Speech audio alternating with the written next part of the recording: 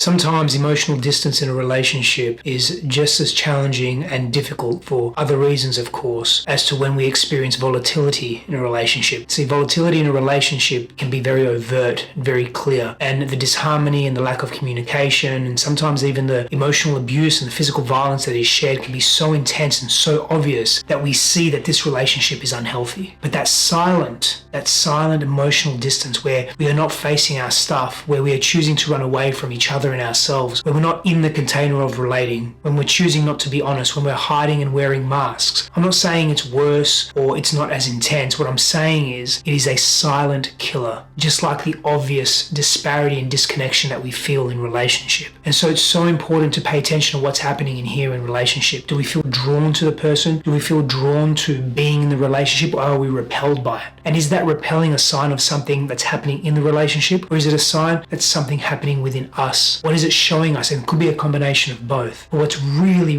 really, really fucking important is that if we are in relationship, we are all in on relationship so that we can grow, we can add value to the lives of our partners, and as a couple, we're adding value to the lives of others.